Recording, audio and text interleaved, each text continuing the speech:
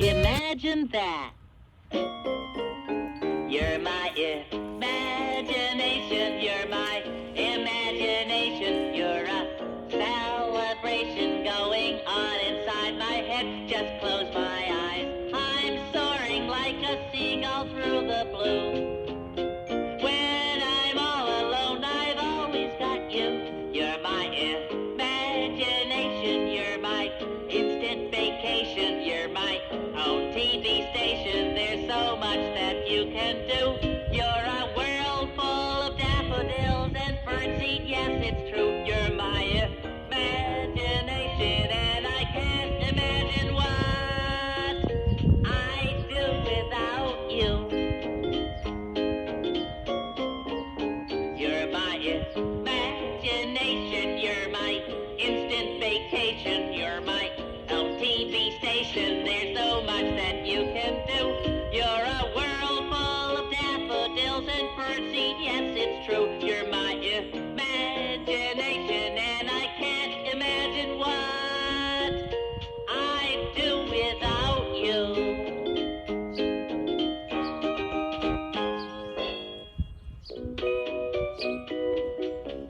Hi, it's me, Big Bird.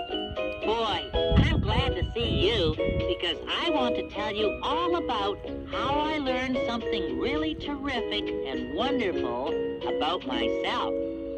But before we begin, I have to tell you about a special sound. When you hear this sound, turn the page of your book. Want to hear it again? Okay, are you ready to begin? Find the first page of the story in your book, the page where you see the picture of me walking down Sesame Street. Did you find it? Good. Here we go. One day, I was walking down Sesame Street, feeling kind of unhappy. I'd been thinking and thinking about how plain and ordinary I was. I'm just plain old ordinary Big Bird, I said to myself. There's nothing special about me.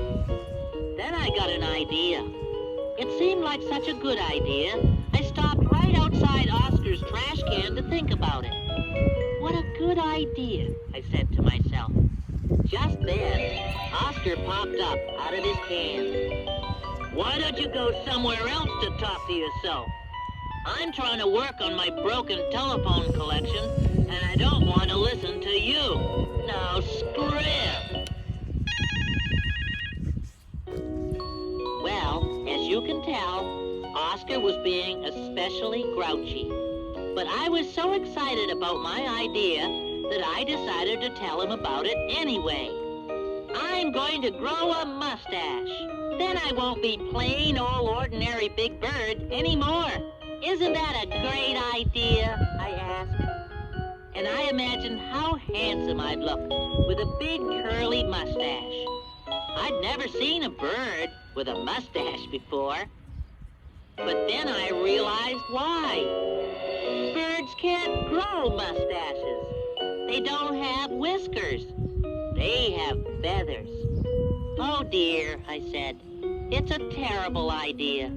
I can't grow a mustache. Except for that, I think it's a terrific idea, said Oscar. You'd look even sillier than usual. Why don't you make a mustache out of an old broom and just stick it on? Well, I didn't think I'd like having an old broom stuck to my beak, so I said, never mind. All of a sudden, I got another idea. I'll build a bowling alley right next to my nest, I said. Then I won't be just plain old ordinary Big Bird anymore. I'll have my own bowling alley. And I imagined Snuffy and me going bowling when he came to visit. But then I looked at my nest, and it came to me. There wasn't room for a bowling alley next to my nest. It was just another silly idea. Of course, Oscar liked the idea. Do it, he told me.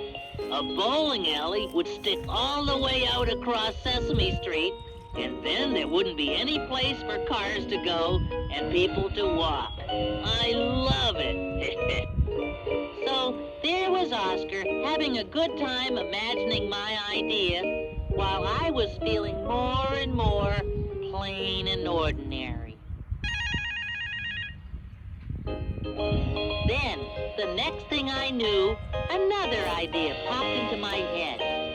Oh boy, I said, at last. No more plain, ordinary big bird now. I'm going to be the special, terrific bird who paints clouds. Won't that be wonderful? The sky will be so much prettier. Imagine that. And then I imagined me painting clouds, changing regular gray and white clouds into purple and yellow and green clouds. I even imagined striped and polka-dotted clouds. Oh, I felt so much better. Then it happened again. I realized I'd made another silly big bird mistake. I couldn't paint clouds. There's nothing to paint on. Clouds are like fog. My hand and the paintbrush and the paint would go right through them. There was something else I'd forgotten, too. There wasn't any way for me to reach clouds. I don't fly, and I'd never find a ladder that was tall enough. So then I felt more than ever like my plain, ordinary old self. Oscar wasn't helping either. In fact, everything he said made me feel worse. "This is your best idea yet," he shouted. "Do it. The paint will drip right through the clouds and get all over everything underneath. What a mess. I love it. Green cows and purple trees and polka-dotted people. Boy, would they be angry. They'd all run around and wonder who the feather-brained bird was who dripped paint on them." "Okay," I said. "Next time I bet I get an idea that will put an end to my being plain, ordinary big bird forever." So I thought and thought. "Aha," I said. "The bus that stops in front of my door has a sign on it that says North. I'm going to ride that bus all the way to the North Pole. I'll bring my camera and take pictures of everything. Then I'll be known as the brave bird who went to the North Pole. That will make me feel terrific." But sure enough, I'd gotten all excited for nothing again. I'd forgotten that buses can't go to the North Pole. The North sign on the Sesame Street bus just meant it went to the north side of town. I began to think I should just go back to my nest and stop trying to be special. Oscar didn't want me to go, though. He was having a good time listening to my silly ideas. "I'd love to see a bus try to go to the North Pole," he said. "It would probably end up floating around on a great big piece of ice with all the people inside shivering and wishing they'd stayed home." I decided to try just one more time. If only I could do something to help people, I thought. I know. I could grow sneakers for them on a sneaker farm. And I imagined me plowing up the ground, planting seeds, and watering the sneakers. Then I imagined me picking the sneakers when they were ripe and selling them to people at the market. And I felt really special for about 2 seconds. Do you know what I'd done? I'd forgotten that sneakers don't grow on farms. People make them in factories. Oscar had a wonderful time with this idea. He said it was a shame I couldn't grow sneakers on a farm like vegetables. Just imagine growing sneakers on a farm. Ha ha, he said. I did imagine it, Oscar, I reminded him. And it's not funny. It is, too. People go to the market for yucky things to eat, like jam and cornflakes. But imagine what would happen if all the boxes and jars were filled with dirty old sneakers instead. Oscar laughed so hard, he almost fell out of his trash can. I wasn't laughing, though. Poor old Big Bird, I said. I wasn't feeling just plain and ordinary anymore. Oh, no. Now I was feeling very sad and very sorry for myself. I tried to imagine something terrific and unusual to do that would make me feel special. But all I could imagine were things I couldn't do. Wasn't there anything special I could do? And then, guess what happened? Oscar said something that made me feel better right away. He said, I'll tell you one thing. You sure do a terrific job of imagining. Bowling on Sesame Street, growing sneakers, taking a bus to the North Pole. You're remarkable. Well, of course, Oscar meant to make fun of me. But he was right. I did have a terrific imagination.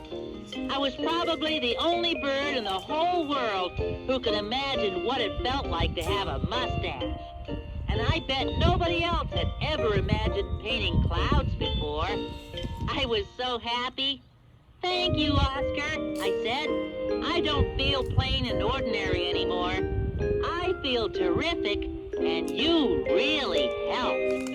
What a rotten thing to say, he yelled at me. Don't you know never to say thank you to a grouch? It makes his fur hurt. Yuck. Well, that's Oscar for you. But you know why I thanked him. I wasn't plain old ordinary Big Bird anymore. I was remarkable. There's nobody else like me. There's nobody else exactly like me. I'm a one of a kind, really something special. I'm remarkable. Who has a beak like mine? Who has a face that's just like this one? Who can claim that it has my name or looks the same? Nobody. There's nobody else like me. There's nobody else exactly like me. I'm a one of a kind, really something special. I'm remarkable. Come in close and take a good look. You'll never see another like me. I got my own way of smiling, my own kind of style, and it's the only style like this you'll see. Who walks the way I do? Who has a laugh that sounds like my laugh? Who is neat with such big feet? I'm such a treat. There's nobody else like me. There's nobody else exactly like me. I'm a one of a kind, really something special.